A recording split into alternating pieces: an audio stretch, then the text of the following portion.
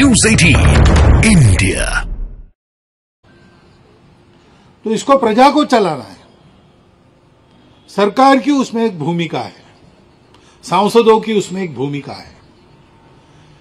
इस संविधान को सुरक्षित रखना, इस संविधान को लागू करना, ये टेक्निकली सरकार का काम है, परंतु वास्तविक दृष्टि से ये तो अपने व्यवहार का काम है। और इसलिए संविधान का हम थोड़ा अध्ययन करें। बहुत विद्वान लोग जैसा करते वैसा करने की जरूरत नहीं, लेकिन मोटा मोटी चार बातें हैं जो संविधान का प्राण है, ऐसा मैं मानता हूं। संविधान की अपने प्रस्तावना है, प्रीएम्बल।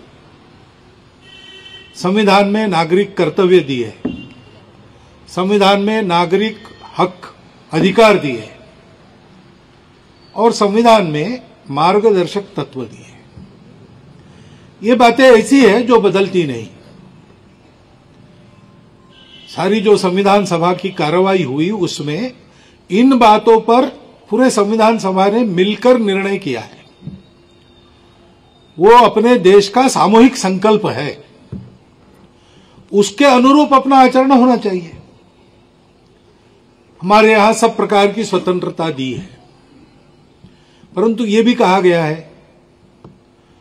कि जैसे उस भाषण में बाबा साहब ने कहा कि आर्थिक और राजनीतिक स्वतंत्रता का प्रावधान संविधान में मैंने कर दिया है, परंतु ये स्वतंत्रता वास्तव में आनी है तो उसके पीछे एक बंधुता काम करती है।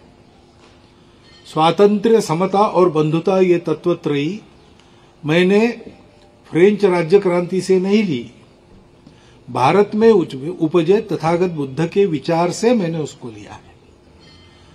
और इसलिए दुनिया का अनुभव ऐसा है कि समता स्वतंत्रता एक साथ नहीं आती। समता है तो स्वतंत्रता का संकोच करना पड़ता है, और स्वतंत्रता देनी है तो समता की गारंटी नहीं रहती। ये दोनों एक साथ लाने का एक ही उपाय है, बंधुभाव। बंधुभाव ही धर्म है, ऐसा उन्होंने कहा। तो अपने आज हम तिरंगा फहराते हैं, उस पर धर्मचक्र है केंद्र में, तो कानून है ही, उसका पालन करना ही है, उसका अनुशासन है ही। लेकिन यह अनुशासन कायम कैसे रहता है?